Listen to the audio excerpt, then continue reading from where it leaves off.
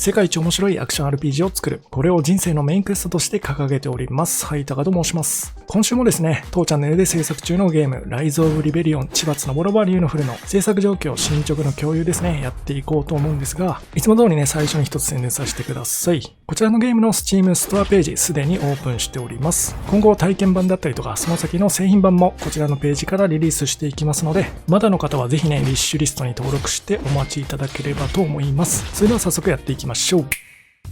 今週はですね、例のごとく定期的に開催しております講談社の社員さんによるテストプレイ会ですね、実施してきました。すでにね、このゲームも開発終盤に入っておりまして、コンテンツの量産中ということで、ゲームの手触りがね、めちゃくちゃ変わるっていうことは最近になるとなくなってきたんですが、全体的にはね、好評いただきました。そして一部ですね、前回から大きく変わってた、新しい HUD の方ですね、HP ゲージやスタミナゲージが特に大きく変わったんですけど、こちらの方がね、どういう評価になるかっていうところはちょっと不安だったんですが、これもですね、かなり好感触でした。最初こそね、見慣れないゲージなので、少しびっくりした感じはあったらしいんですが、プレイしてるうちにね、自然と僕の狙い通り、戦闘中でも情報を把握しやすいということで、やはり慣れると好感触に変わっていったみたいですね。なので、今後予定しております Steam での体験版の際も、一応こちらの新しい方の HUD をちょっと採用して、皆さんの意見を伺ってみたいなというふうに考えております。で、ゲームプレイの方でもね、プレイヤーの初期武器として片手剣っていう武器があるんですけど、これの技をね、ちょっと数減らした方がいいんじゃないかなっていう風な改善案が一つ決まりました。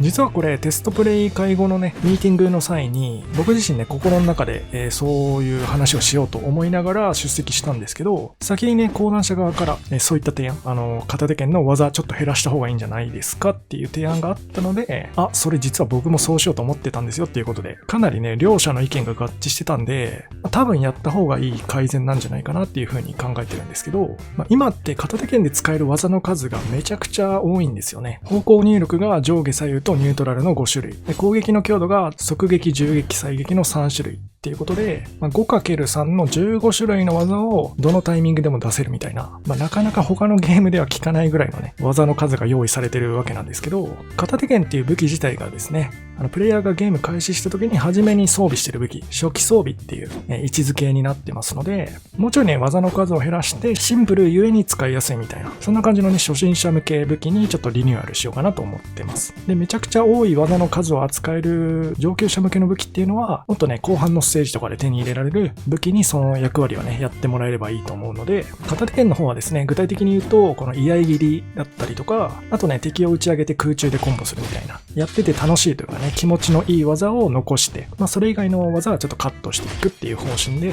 うまいことね、まとめ上げていきたいと思います。ちょっとスト6っぽく言うと、クラシック片手剣からモダン片手剣に変えていくみたいな、そんな感じのイメージですね。そもそもこの片手剣はね、開発の初期を支えてくれたといいますか、ゲームの根幹となるシステム作りの際に、テスト用の武器としてね、作っていたっていう背景もあるので、そのためにね、全部の技入力に対してちゃんと技を用意して、網羅的に作ってたわけなんですけど、最終的にね、体験版とか製品版では、初期武器っていう、このゲームのいわゆる顔みたいなね、位置についてもらうことになったので、そこに合わせてね、少しスマートな形へと、うまく昇華させていきたいと思います。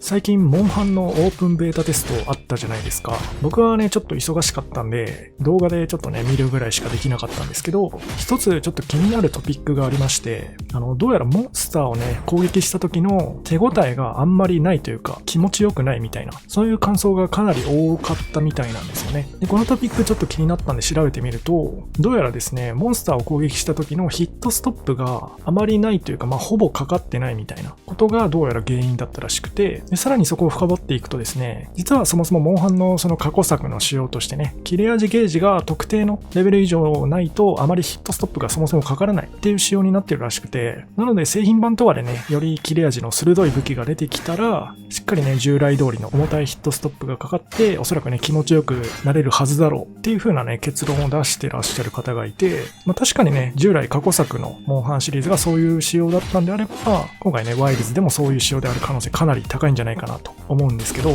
個人的にはこのヒットストップがね、可変方式になってるのってかなりいいシステムだなというふうに思ってて、というのもモンハンって武器を強化したりとかしていっても別にモーションが変わるわけではないじゃないですか。なのでどれだけ武器を強くしていっても、結局はね、敵を攻撃した時のダメージ表記の数値がね、大きくなっていく。っていう変化しかないわけなんですけど、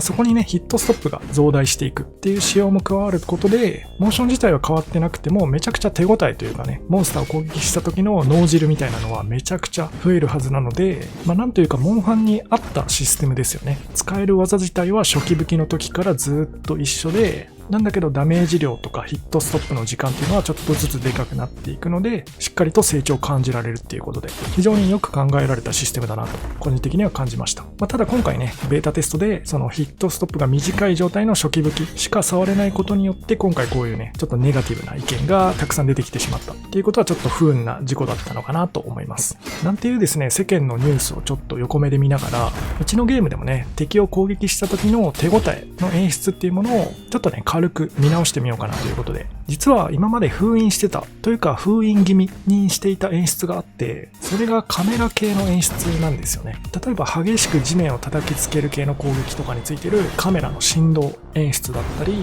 あとね、一部ジャスト系のアクション、ジャストパリーとかスレタゲについてる一瞬だけね、カメラがちょっとズームアップする演出、こういったカメラそのものを使った演出って実はめちゃくちゃ効力が高くて、それゆえにですね、モーションとかを調整しているときはこういったカメラ演出は切っといた方がいいっていう風に言われます。カメラ演出をつけてしまうと、モーションの良し悪しそのものよりもカメラ演出の凄さの方が際立ってしまって、いい感じに見えてしまうことが多いんですよね。ということで今までね、なるべく通常攻撃とかにはこういったカメラ演出系つけずにやってきたんですけど、そろそろね、ゲーム開発も終盤ということで、一部の通常攻撃にはこういったカメラ演出も乗っけていこうと思います。で、特にね、今回新しくリニューアルしていく片手剣、モダン片手剣ですね、の、例えばこの打ち上げ攻撃ですね、人型自分と同サイズぐらいの敵であれば、空中にね、打ち上げて空中コンボに持っていくことができるっていう、非常に力強い攻撃なんですけど、こいつがですね、カメラ演出なしだとこんな感じの見た目、手応え感なんですが、ここにカメラのズームアップ演出ですね。ズームアップって言っても一瞬だけズームアップになるんで、なんていうか加速度、加速感の演出みたいな感じに最終的には見えると思うんですけど、こんな感じになります。どうですかね？結構気持ちよさというか爽快感上がってる感じしませんか？こういったカメラ演出とかも含めてね、いろんな要素を複合して、なるべくいい感じの見た目、手応え感が得られるように、これから製品版に向けてね、ブラッシュアップしていきたいと思います。で、一つ注意点としては、こういったカメラ系の演出はね、どうしてもゲーム用意する方には非常に厳しい演出になってしまうことが多いので、先ほど紹介したカメラ振動だったり、カメラのズームアップ演出、これらはオプションメニューからね、オフ、切ることができるようにしといた方がいいかなと、個人的には思ってます。ということで、ヒット演出の紹介でした。では、ここからは前回動画についてはコメントの紹介コーナーですね、やっていこうと思います。今回はこちら。追従型なのはいいと思いますよ。これはあれですね、HUD、新しい HUD に関するコメントですね。ただ、カメラの追従ディレイがなさすぎて揺れまくるのが良くないんだと思います。この手の画面で戦う 3D アクションゲームは、ゼルダの伝説時のオカリナやニーアオートマタ、最近だとアーマードコア6があります。共通して言えるのはずっと右肩越し視点で固定なのではなく、右に回避したり移動するとカメラの水平位置はあまり動かずに左肩越し視点に推移していくということです。おそらくは 3D 用意をする人を念頭に置いて作られているんだと思います。また斜めのゲージについては距離によって拡大縮小がないのが気になりましたということで、これすごいですね。いいねが80についてるということで、なかなかうちのチャンネルでは珍しい数字ですね。で、まず最初に追従型自体は賛成という立場のようですね。で、問題点としてゲージが揺れすぎてしまうというところを挙げてますね。これに関しては前回動画で僕自身も発言していたポイントですね。同じところを問題視しているようです。そしてそのゲージが揺れすぎてしまうことの原因の一つとして、カメラの追従方法ですね。にあまりディレイが効いていないところっていうのを挙げていらっしゃいますね。ここに関しては実はね、それ以外にもちょっと解決する方法あるんですが、一応そこは置いといて読み進めていくと、カメラの追従ディレイをしっかり効かせていて、3D 酔いしにくいカメラの一例として、アーマードコアとかニーアオートマタっていうのを挙げていて、それらの共通点としては、右肩越しの固定というわけではなくて、右肩越しと左肩越しがシームレスにね、いい感じに行ったり来たり切り替わってくれる、オートスイッチングが採用されているっていうポイントを挙げてらっしゃいますね。で、こういった右肩越しと左肩越しのオートスイッチング機能ですね、を千葉に採用しなかった理由としては、一応ですね、これ将来的な話になっちゃうんですけど、左肩越しのカメラっていうのは、左利きのキャラクター用に残しておこうと思っているんですよね。これ実は今作では利き腕っていうシステムがまだ実装されてないので、正直ね、今作ではオートスイッチング採用するのも、ありだったと結果的には言えるんですけど、僕の脳みそがね、どうしても武器の構え方でカメラの位置は決まるべきだっていう風に言ってるんですよね。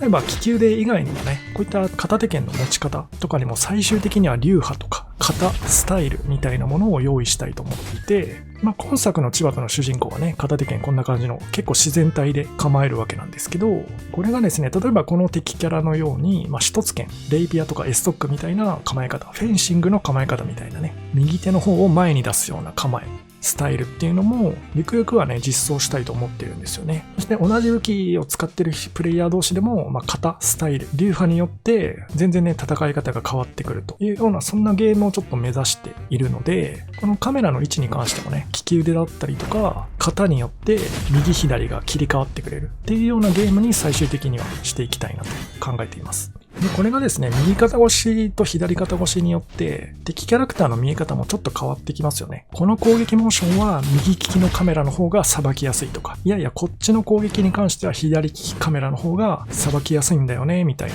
それぞれの利き腕、型によって、プレイ感がね、若干変わってくるっていうのも少し面白いところだと思うので、このカメラのスイッチングに関しては意図的にね、プレイヤーの操作によって、型を切り替えることによってカメラも切り替えれるという風な要素としてちょっと残しておきたいなと思っています。あとは単純に右肩固定の方がめちゃくちゃ作りやすくなるっていうのが今作での採用理由としては一番大きいですかね。ただ今回の問題、そのゲージ類が揺れすぎてしまうっていうことに関しては、そこに関しては改善しないといけないのは事実なので、別方面のアプローチからね、解決を図っていきたいなと思います。そして最後にゲージの大きさに関してですね、距離によっての拡大縮小がないのが気になりましたということで、この意見に関してはね、他のコメントでもね、たくさん同様の意見が見られましたので、ちょっとね、これも対応した方がいいのかなと思ってます。プレイヤーのゲージに関してはね、一定の大きさでいいと思うんですけど、敵側のゲージですよね。めちゃくちゃ遠くにいる敵のゲージも現状ね、同じサイズで表示されてしまうので、ちょっとそこに関してはね、手を入れていきたいなと思います。ということで、今回はここまでとなります。また来週もよろしくお願いします。